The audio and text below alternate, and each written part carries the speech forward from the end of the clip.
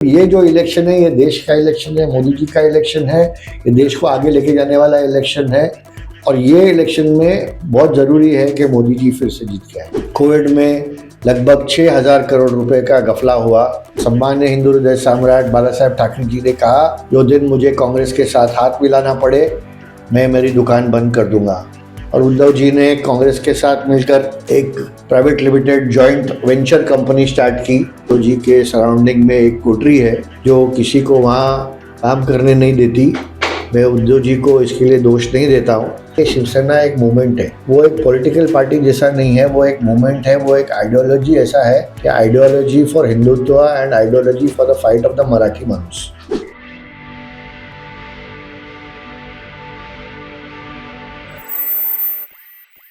नमस्कार, नवभारत और नवराष्ट्र के डिजिटल दर्शकों को हमारा स्वागत है हमारे खास कार्यक्रम नवभारत संवाद में। लोकसभा चुनाव के मद्देनजर हम विभिन्न पार्टी के नेताओं, प्रवक्ताओं और उम्मीदवारों को ऑफिस में आमंत्रित कर रहे हैं।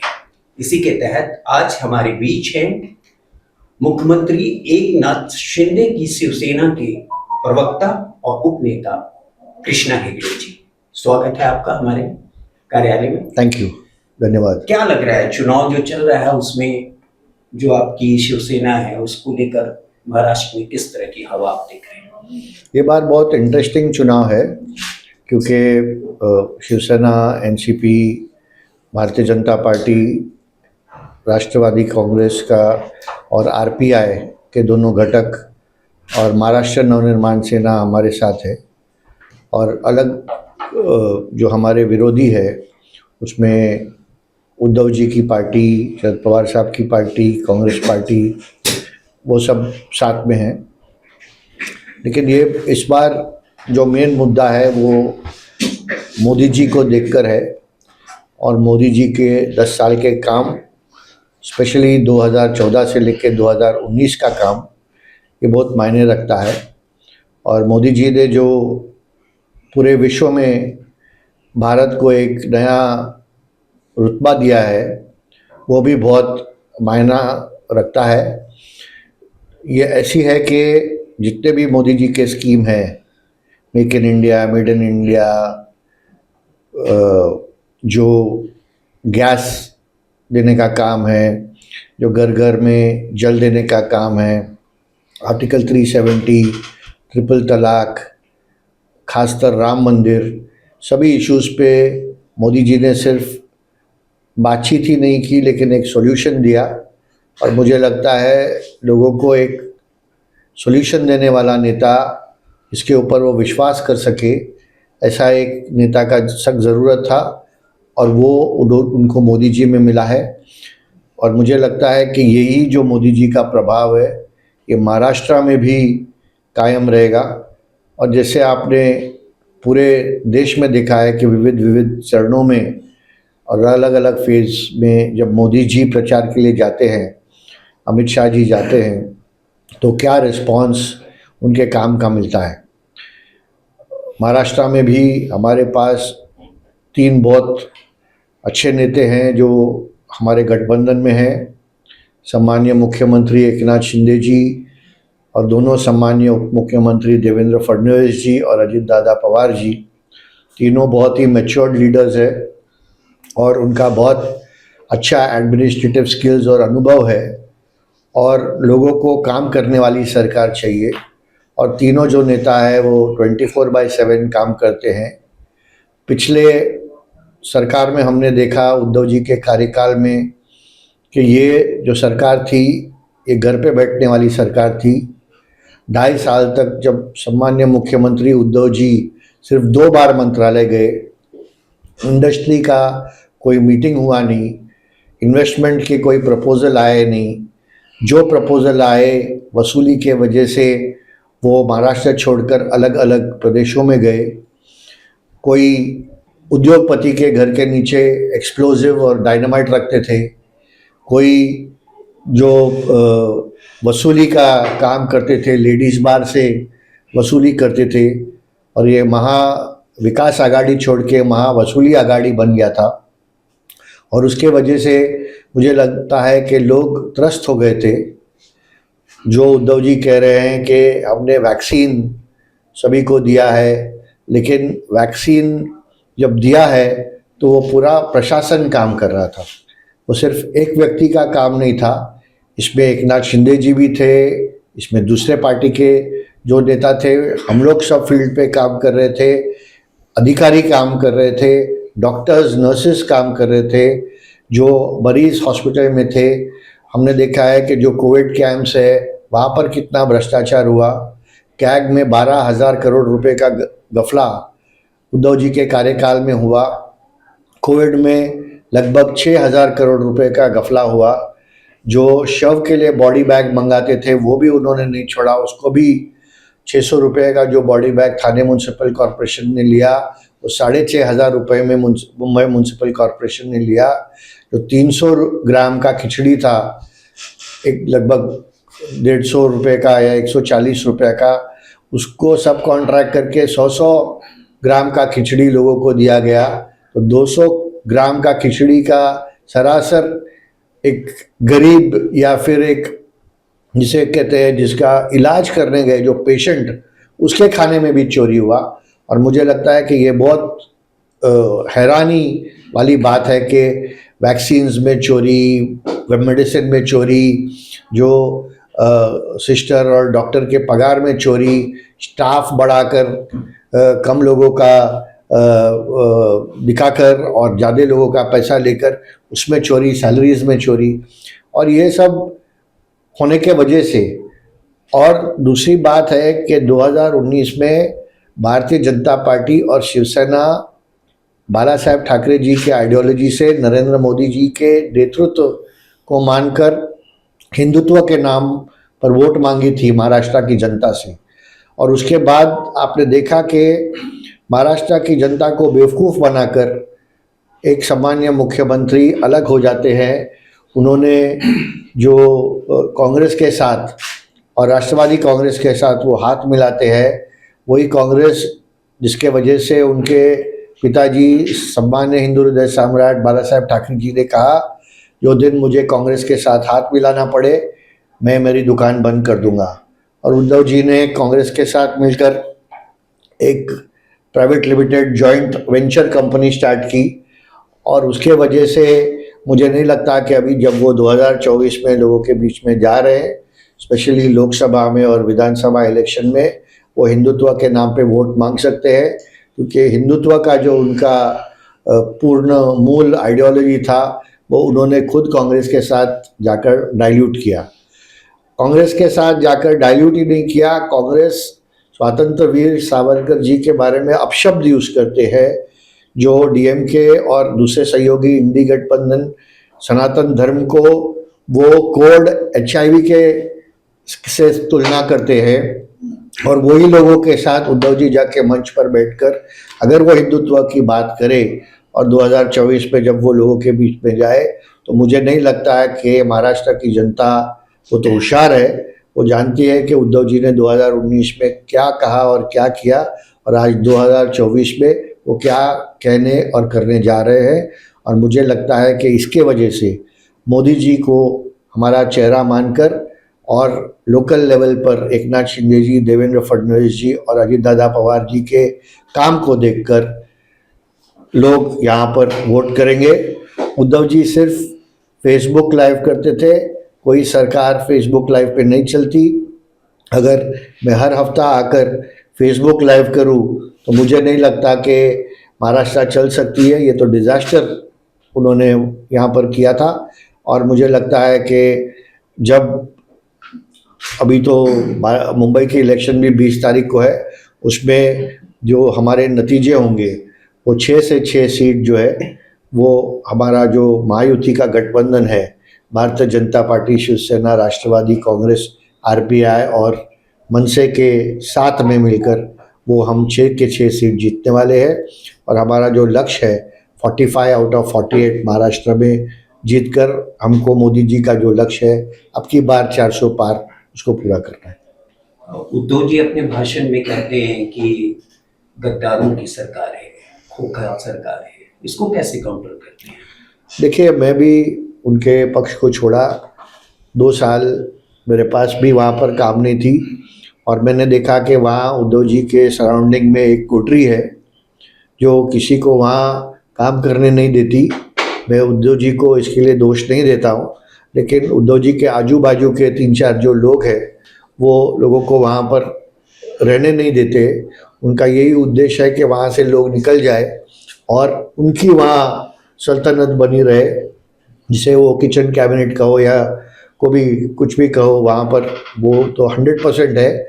और इसी तरह बहुत सारे नेताओं का भी अपमान हुआ है और बहुत सारे नेताओं को वहाँ पर मातोश्री में एंट्री नहीं मिलती, मीटिंग के लिए एंट्री नहीं मिलती या अपने पक्ष के नेता उनको मिलते नहीं।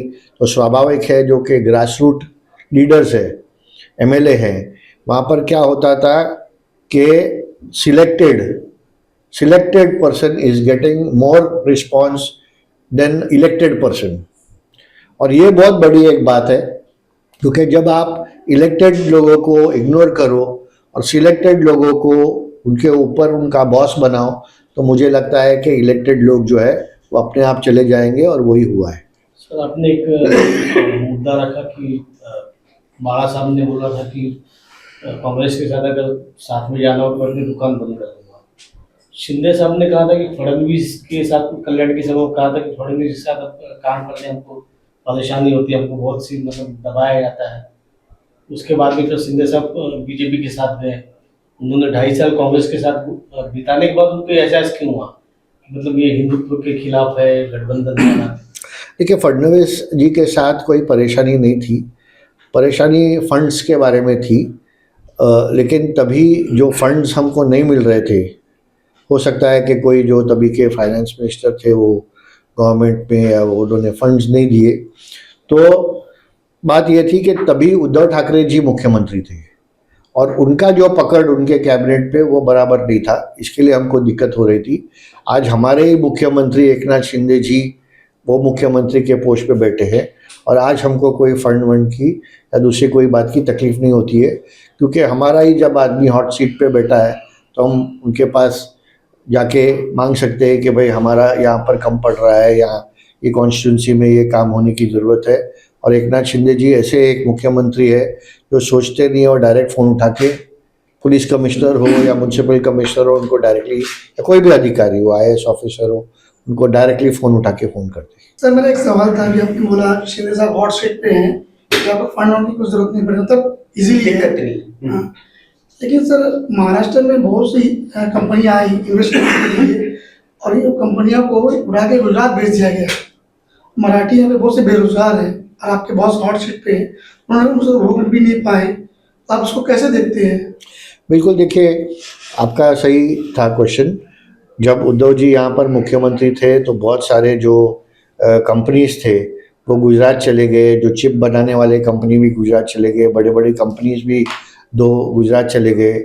लेकिन जैसे मैंने कहा कि इंडस्ट्री के ऊपर मीटिंग ही नहीं हुआ, इन्वेस्टमेंट के बारे में कोई बातचीत भी नहीं हुआ। यहाँ पर पूरी वसूली चल रही थी और एक अनस्टेबल गवर्नमेंट चल रहा था। और जब कोई भी जगह पे एक अस्थिरता रहती है और अनस्टेबल कोई भी एटमॉस्फेयर रहता है तो कोई भी निवेशक वो एटमॉस्फेयर में पैसा डालना उचित नहीं समझता। वो हमेशा अपना पैसा सुरक्षित जगह पे डालता है। वो टाइम पे उसको लगा कि महाराष्ट्र में इंस्टेबिलिटी है, इनसिक्योरिटी है, ये महाविकास आघाड़ी की जो सरकार है उन्होंने वसूली स्टार्ट किया है और यहाँ पर अगर कोई पैसा डाले तो शायद पैसा डूबने का चांस है। जब सरकार बदली हुई और एकनाथ शिंदे जी, देवेंद्र फडणवीस जी की पहले जो सरकार आई, तब आपने देखा होगा जब सामान्य मुख्यमंत्री एकनाथ शिंदे जी डाइवोर्स चले गए, तभी लगभग 3.50 लाख का प्रपोजल डाइवोर्स में उन्होंने साइन करके लेके आए। उसका मतलब यह है कि जब सरकार बदली हुई, स्थिरता आई, स्टेबिलिटी आई और महाराष्ट्र का एटमॉस्फेयर, बिजनेस एटमॉस्फेयर कंड्यूसिव हो गया है वर्किंग के लिए, तब सभी निवेशक वापस आके यहाँ पर पैसे लगाने लगे। और आज बोलकर भी खुशी हो रही है कि हर सेक्टर में महाराष्ट्र 1 या 2 नंबर पे है। और पहले जैसे एजुकेशन में, इंफ्रास्ट्रक्चर में आपने देखा होगा मेट्रो का काम रुक गया था, कोस्टल रोड का काम रुक गया था, दूसरा इंफ्रास्ट्रक्चर प्रोजेक्ट सब रुक गए थे। आज बहुत सारे जगहों पर जब फ्लाईओवर बनती है तो हमारे मुख्यमंत्री या उप मुख्यमंत्री वहाँ इनॉग्रेशन करने भी नहीं जाते। बीकेसी का आम हो, गोवंडी का फ्लाईओवर है, गोवंडी से थाने का फ्लाईओवर है, नवी मुंबई का मेट्रो रेल है, यहाँ पर बहुत जगह पर कोई उद्घाटन के लिए भी नहीं गया, डायरेक्ट उन्होंने लोगों को ये कर दिया, सौंप दिया जो भी इंफ्रास्ट्रक्चर का काम है। और ये जो बड़े बड़े काम हुए रिसेंटली, जैसे अटल सेतु का ब्रिज है या फिर कोस्टल रोड है या दूसरे जो प्रोजेक्ट्स है, वहाँ पर आपने देखा होगा कि जल्द से जल्द हमने उसका कंप्लीशन भी किया और उसके अलग अलग फेजेस का भी, मेट्रो का भी हमने कंप्लीशन किया और अलग अलग फेज जो मेट्रो के आ रहे, कोस्टल रोड के आ रहे, इसका भी उद्घाटन 2024 के पहले इलेक्शन या उसके बाद के 1-2 साल में ये सब कंप्लीट होने वाले। सर अभी आपके साथ में बीजेपी पार्टी है जी। तो बीजेपी पार्टी के किरीट सोमैया या फिर दूसरे जो नेता है उन्होंने अभी के आपके जो उम्मीदवार है उनके ऊपर घोटाले के आरोप किए थे, जैसे राहुल शेवाले है, यामिनी यादव है, ठाना के प्रताप सरनाइक है। तो अभी उनकी मदद वो कर रहे हैं आपको या फिर कैसे आप मदद लेंगे, कैसा? देखिए बिल्कुल, देखिए ये जो इलेक्शन, जैसे मैंने कहा, ये मोदी जी का इलेक्शन है। किरीट सोमैया जी भारतीय जनता पार्टी के नेता भी रह चुके हैं और सांसद भी रह चुके हैं और मुझे नहीं लगता कि उनको बताने की ज़रूरत है कि आपको मोदी जी के लिए काम करना है। उन्होंने कई बार कहा कि कोई भी कैंडिडेट हो, मैंने जिसके ऊपर आरोप भी लगाया हो, उसके लिए भी मैं काम करूँगा क्योंकि मेरे नेता मोदी जी का इलेक्शन है। तो ये जनता में कैसा परसेप्शन जाएगा कि एक बार आरोप लगा रहे थे, आपके साथ आ गए तो आप अब उनका प्रचार करेंगे? कॉन्ट्रडिक्शन नहीं लगता? थोड़ा विरोधाभास हो रहा है, कैसा मतलब जनता कैसे लेगी हाँ। इस चीज को? देखिए मुझे लगता है कि जनता ये बड़ा पिक्चर देख रही है। जनता देख रही है कि ये देश को कौन संभालेगा, देश को कौन आगे लेके जाएगा और देश को स्थिरता कौन देगा, देश को हमारे देश में और विदेश में कौन ताकतवर आवाज़ उसका, कौन सा नेता का बुलंद होगा और जो एक वर्ल्ड इन्फ्लुएंसर करके काम करेंगे। जैसे मोदी जी G20 के प्रेसिडेंसी ये साल थे, गए साल। तो ऐसे हम लोग को ये जो बातें हैं ये लोकल इश्यूज़ हैं। ये लोकल इश्यूज़ हम हमारे बीच में लोकल इलेक्शन में सॉर्ट आउट करेंगे। लेकिन ये जो इलेक्शन है ये देश का इलेक्शन है, मोदी जी का इलेक्शन है, ये देश को आगे लेके जाने वाला इलेक्शन है और ये इलेक्शन में बहुत ज़रूरी है कि मोदी जी फिर से जीत के आए। काँग्रेसचे नेते विजय वडेट्टीवार यांनी असा आरोप केला की कसाबला गोळी लागली ती पोलिसांचीच नव्हती, सॉरी हां कसाबने जी गोळी मारली ती करकऱ्यांना जी लागलेली ती गोळी कसाबची नव्हती, तर एखाद्या पोलीस कर्मचाऱ्याच्या पिस्तुलातून लागलेली आहे आणि हा आता पाकिस्तान विरुद्ध हिंदुस्थानचा वाद नवीन सुरू झाला आहे, कसं बघताय त्याच्याकडे? नाही, त्याचा जबाब उज्ज्वल निकम जी जे पब्लिक प्रॉसिक्युटर होते ते केसमध्ये त्यांनीच दिलाय, तर मला यामध्ये टेक्निकल बोलायची गरज नाही। पण विजय वडेट्टीवार जी पहिला त्यांना विचार करायला लागेल ते देशभक्त आहेत का नाही, कारण की जे आतंकवादीने ठार मारलं पोलीस लोकांना आणि ते शहीद झाले त्यांच्या विरोधात ते बोलतात।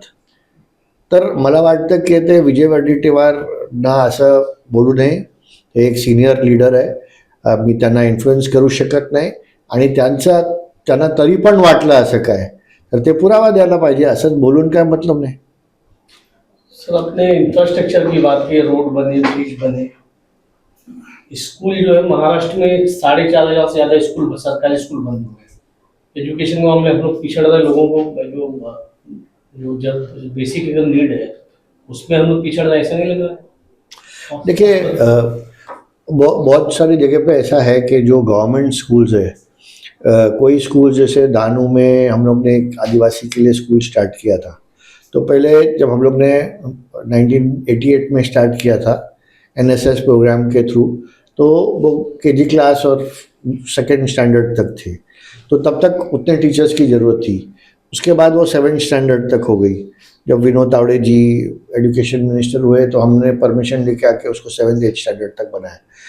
तभी क्या होता है कि स्टूडेंट्स तो जल्दी भर्ती हो जाती है, लेकिन टीचर्स को प्रोक्योरमेंट करना थोड़ा डिफ़िकल्ट हो जाता है। तो इसके लिए मुझे लगता है कि ज़्यादा जो टीचर्स कोर्सेज है, बीएड कोर्सेज है या अलग कोर्सेज है, उसको और स्टार्ट करने की ज़रूरत है, क्योंकि आजकल ये जो स्ट्रीम में ऐसा लगता है कि कम लोग जा रहे हैं, तो इसको और थोड़ा मजबूती और ताकत सरकार देगी, मुझे लगता है ये प्रॉब्लम भी सॉल्व हो जाएगा। बहुत सारे जगहों पर ट्रांसपोर्टेशन का प्रॉब्लम है या फिर सहूलियत का प्रॉब्लम है कि वो टीचर्स वहाँ तक आ नहीं सकते, या बहुत सारी जगहों पर आपने देखा होगा कि स्टूडेंट्स भी स्कूल तक पहुँच नहीं सकते। तो इसके लिए स्टूडेंट्स को एनकरेज करने के लिए गवर्नमेंट मिड डे मील देती है या फिर उनके लिए ट्रांसपोर्टेशन ऑर्गेनाइज करती है। बहुत सारी जगहों पर जो अभी सरकार ने की, अभी ये तो अलग मुद्दा है, लेकिन महिलाओं के लिए एसटी में फ्री ट्रांसपोर्ट या बुज़ुर्गों के लिए फ्री ट्रांसपोर्ट, इसी तरह अगर स्टूडेंट्स के लिए भी फ्री ट्रांसपोर्ट करे, टीचर्स के लिए भी फ्री ट्रांसपोर्ट करे, मुझे लगता है इसमें और भी एक इन्फ्लक्स आ सकती है और ज़्यादा लोग स्कूल भी पहुंच सकते हैं और पढ़ा भी सकते हैं। हेगड़े जी, सेंटिमेंट की बात करें कि जिस तरह से पार्टी तोड़ी गई शिवसेना की या फिर पवार साहब की पार्टी, तो लोगों का सेंटिमेंट, कई नेताओं का उनका कहना है कि हमारे साथ है, क्योंकि शिवसेना बाला साहब ठाकरे की थी और उसको आगे उद्धव जी बढ़ा रहे थे। अब एकनाथ शिंदे जी ने पूरा उस पर कमांड कर लिया, तो बोलते हैं कि ये तो हमारी आइडेंटिटी थी, ये कैसे, ये तो चोर लोग। देखिए, शिवसेना के फाउंडर मेरे ससुर भी रह चुके हैं, दिवंगत ससुर। तो मुझे पता है कि शिवसेना एक मूवमेंट है, वो एक पॉलिटिकल पार्टी जैसा नहीं है, वो एक मूवमेंट है, वो एक आइडियोलॉजी ऐसा है कि ideology for Hindutva and ideology for the fight of the Marathi मानुस। और जब आपके नेता ने फाइट फॉर आइडियोलॉजी हिंदुत्व छोड़ दिया और फाइट फॉर मराठी मानुस भी छोड़ दिया, तो आप फिर ये नहीं बोल सकते कि भाई अभी मैं मराठी मानुस के लिए लड़ रहा हूँ। मुझे एक बात बताइए जहाँ पर उन्होंने मराठी मानुस के लिए लड़ा है। मराठी मानुस की जब बात आती है तो अगर इतना ही उनको मराठी मानुस की जान होती है, फिक्र होती थी, तो बीएमसी में सभी कॉन्ट्रैक्टर मारवाड़ी क्यों है? अब बताए कि जो भी इंफ्रास्ट्रक्चर कॉन्ट्रैक्टर्स है वो महाराष्ट्र कहाँ पर है? वो तो बाहर के लोगों को उन्होंने कमाने दिया है। तो इसी तरह से अगर उन्होंने सचमुच, अगर उनको लगता है कि भाई मेरा कोर आइडियोलॉजी हिंदुत्व है या मराठी मानुस है, तो उसके लिए वो कुछ करके बताए ना, तो लोग विश्वास करेंगे।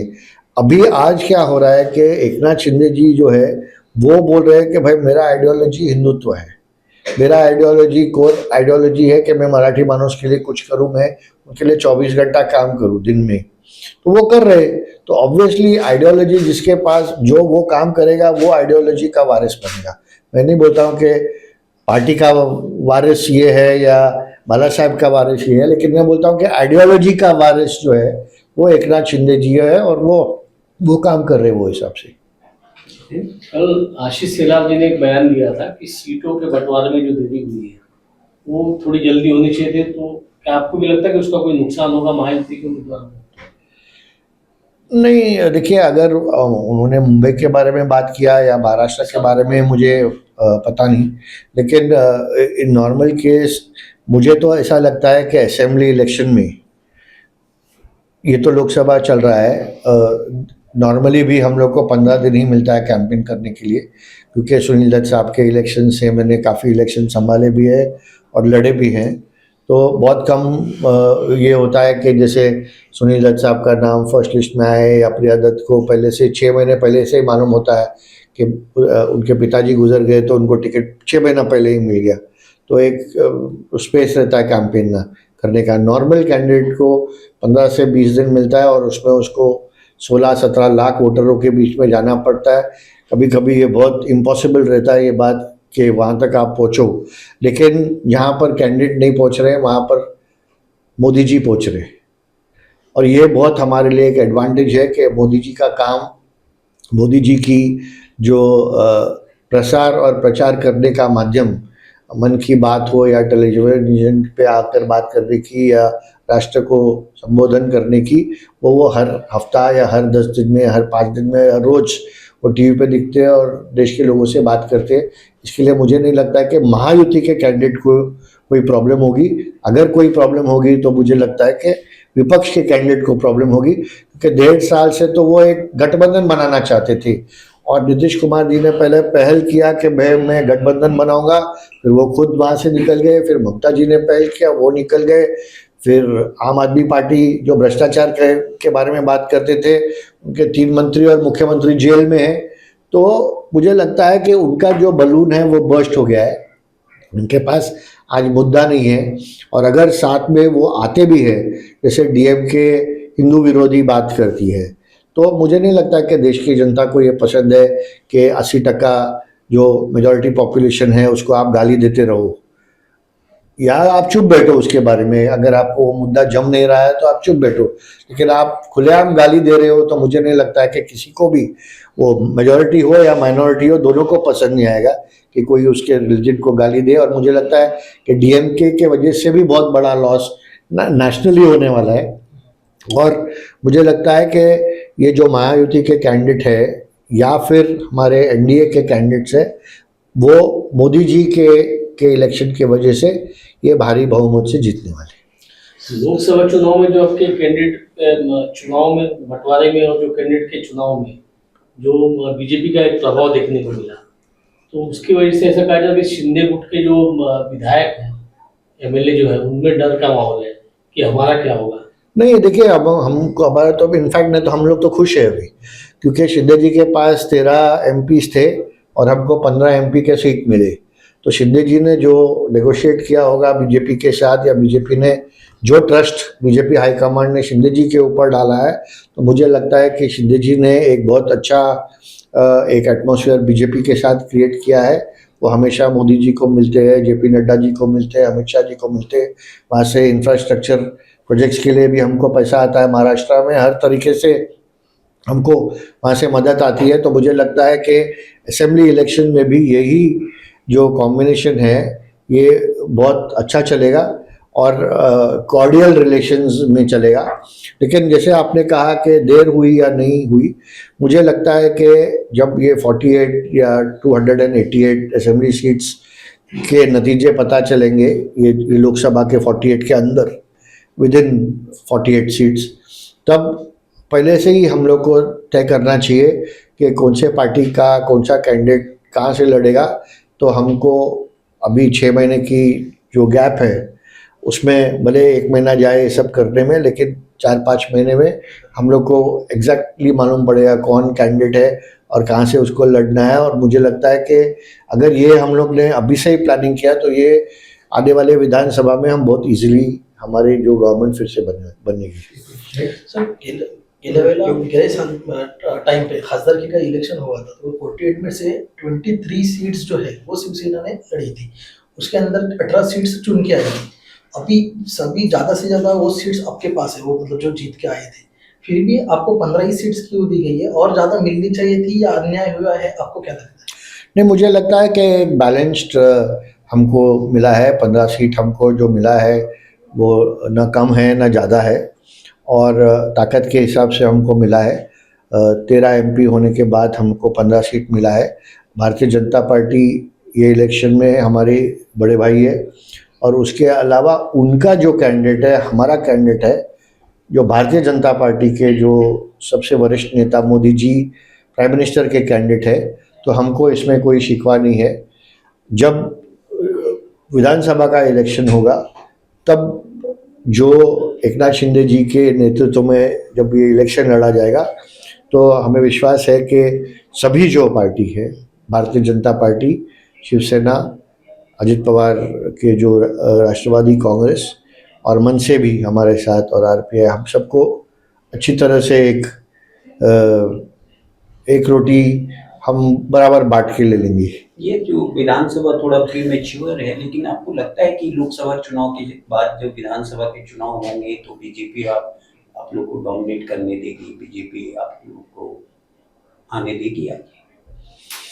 देखिए, अभी जो हमारे पास शिवसेना के पास सीट्स थे, जैसे तो 52 या 55 सीट्स कंबाइंड शिवसेना के पास वैसे भी थे, तो वो तो सीट्स हम लड़ेंगे। और उसके बाद जो एक्सेस ओवरफ्लो है, वो सीट्स जहाँ पर अपनी विनेबिलिटी है, हम सेकंड आए हैं, वहाँ पर हम हमारी कोशिश हो रहेगी कि हम वहाँ पर हमारी कैंडिडेट डालें। लेकिन उसका जो अल्टीमेट डिसीजन है कि कितने सीट होंगे और कौन लड़ेंगे, वो हमारे मुख्यमंत्री एकनाथ शिंदे जी लेंगे, जो हमारे पार्टी के मुख्य नेता भी है। ऐसे कहा जा रहा है कि बीजेपी पहले आप लोग को तो साथ में ली है, लेकिन बीजेपी बाद में आप लोग को एक तरह से निकल जाएगी। अभी तो नहीं निकले तो कल भी नहीं निकलेगी। हम लोग को पूरा कॉन्फिडेंस है। इकडे साहेब, मुख्यमंत्री एकनाथ शिंदे यांनी हिंदुत्वाच्या मुद्द्यावर उद्धव ठाकरेंवर फारकत घेतली आणि शिवसेनेवर दावा केला. अयोध्येमध्ये जे राम मंदिर झालं त्याच्यामध्ये एकनाथ शिंदे आणि शिवसैनिकांचा हातभार आहे असं सगळेजण म्हणतात. आपकी यावेळी राम मंदिर नंतर काशी आणि मथुरा असं स्लोगन एक शिवसैनिकांमध्ये दिसतं आणि हिंदुत्वाच्या मुद्द्यावर जर विचार केला तर आपल्याला फक्त हिंदूंचीच मतं पाहिजे आणि मुसलमानांची नको असे चित्र समाजामध्ये येत आहे. कितपत सत्य आहे? बघा, राम मंदिर जे इश्यू होता ते 450 वर्ष जुने इश्यू आहे आणि मर्यादा पुरुषोत्तम राम जे आमचे देव आहे, ते मला वाटतं की सगळ्या हिंदूंना तिथे राम मंदिर पाहिजे होता, कारण ते एक अननेसेसरी कॉन्ट्रोवर्सी झाली होती खूप वर्षापासून. आता तुम्ही जाऊन कुठेही सांगितलं की सपोज एक मुस्लिम कंट्रीमध्ये तुम्ही सांगितलं जाऊन की बाबा इथे एक मॉस्क होती आणि आम्हाला ते मॉस्क पाहिजे, तर ते सांगणार बाबा आम्हाला आमचा देश आहे, आम्हाला निर्णय घेऊ द्या.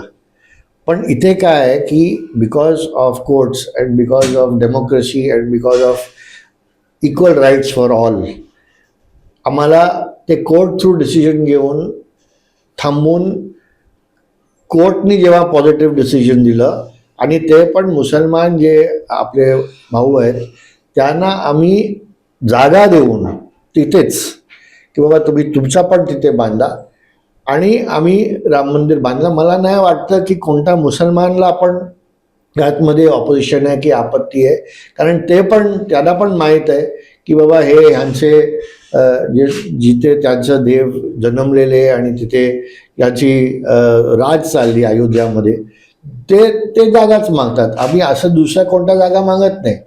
दुसरा म्हणजे आता मथुरा आणि काशी ते पण एक वेगळी गोष्ट आहे, पण असं मला नाही वाटत की एजेंडावर आहे की हे केलं तर हेच करायला पाहिजे आणि हे करायला पाहिजे. पण झालं तर बरोबर आहे, चांगलंच आहे. आणि याच्यामुळे काही मुस्लिम मतदारांना काय आव्हान आहे? कारण त्यांच्याकडे वेगळा मेसेज जातोय की तुम्ही फक्त हिंदुत्वाला संघटना. नाही, मला नाही वाटत. बघा, जेव्हा तुम्ही घर घर जल देतो आणि तुम्ही घर घर गॅस कनेक्शन देता, नाहीतर तुम्ही रस्ते बांधता, नाहीतर रोड बांधता आणि तुम्ही नाही लिहित की मुस्लिम्स आर नॉट अलाउड और Muslims are not going to get this. हे असं आहे की जे पण डेव्हलपमेंट देशात होतो त्यातमध्ये हिंदू, मुस्लिम, शीख, ईसाई सगळे जे आहेत ते इक्वल भागीदार आहेत आणि मला वाटतं की सगळ्यांना त्याचे जे ॲडव्हान्टेजेस आहेत ते मिळायला पाहिजे. आणि मला नाही वाटत की कोणताही नेता असा त्याचा दृष्टिकोन असतो की बाबा एकाला आपण वेगळं ठेवून आणि त्यांना डिप्राईव्ह करून आम्हीच सगळं घ्यायला पाहिजे. मला वाटतं की तेच कारण इंडिया एक मोठा डेमोक्रेसी आहे, एक प्रोग्रेसिव्ह डेमोक्रेसी आहे. तुम्ही तर हिंदू मुस्लिम सोडा, हिंदूमध्येच इतकं कास्ट आहे, इतकं सबकास्ट आहे, पण आणि त्यातमध्ये पण किती डिफरन्सेस आहे, पण आम्ही सगळ्यांना एकत्र घेऊन चालतो, देश एकत्र चालतो. तर मला नाही वाटत की मुसलमान कोणी वेगळा आहे, तो पण आमच्या देशाचाच एक सिटिझन आहे आणि जे आम्हाला बेनिफिट्स भेटतो त्यांना पण भेटणार. अभी कुछ ही दिन पहले संजय निरुपम और गोविंदा आपकी पार्टी में ज्वाइन किया, उसके पीछे का उद्देश्य आप क्या बताएं? ये आप मुझे थोड़ा अड़चन में डाल रहे हैं। देखिए, गोविंदा जी के जब वो आए तो शिंदे साहब ने उनसे बातचीत की, उनका इनिशियल टॉक हुआ, फिर मैं गोविंदा जी को घर पे मिला और उन्होंने मुझे कई चीज़ें पूछे पार्टी के बारे में. मैं 1-1.25 घंटा उनके साथ बैठा था, मैंने उनसे बातचीत की. मुझे लगता है कि वो एकनाथ शिंदे जी के जो कामकाज से उससे प्रभावित है और वो हमारे पार्टी के लिए बिन शर्त बिन पोस्ट कैंपेन कर रहे हैं.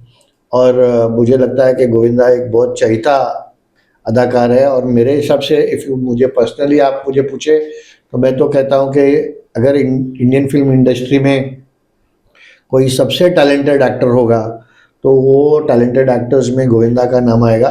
तो उसका क्राउड पुलिंग कैपेसिटी और क्राउड को चार्म करने का कैपेसिटी वो एक बहुत अलग है, और मुझे लगता है कि पार्टी को फ़ायदा होगा उससे। संजय निरुपम जी जो है वो एक अच्छे प्रवक्ता है और उत्तर भारतीयों में उनका नाम है, और उनके भी अच्छी फॉलोइंग है। वो हमारे पार्टी में उपनेता और प्रवक्ता बन के आए हैं, तो मुझे विश्वास है कि वो पार्टी के लिए अच्छा काम करेंगे। आपके सहयोगी दल के नेता तो उन्हें कांग्रेस का कचरा बताया। मैं और वो साथ में कांग्रेस में थे।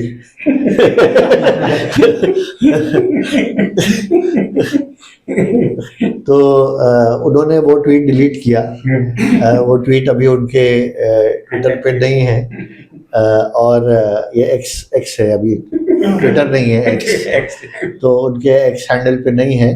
और मेरी मोहित कंबोज जी से भी बात होती है, वो भी पहले कांग्रेस में थे। तो हम तीनों एक दूसरे को बहुत अच्छी तरह से जानते हैं। मेरा एक ये सवाल है मुंबई को लेकर। आप कहीं न कहीं आपको नहीं लग रहा कि ध्रुवीकरण की राजनीति चल रही है? आप कह रहे हैं सभी वोटर्स हैं, सभी पार्टियां कह रही हैं, आप भी कह रहे हैं, लेकिन जो सारे परप्रांतीय जो है इस समय छुट्टियों में गांव चले गए, तो वोट की राजनीति कहीं न कहीं मराठी वोटों में बंटवारा दिख रहा है और सारे वोटर्स बाहर हैं।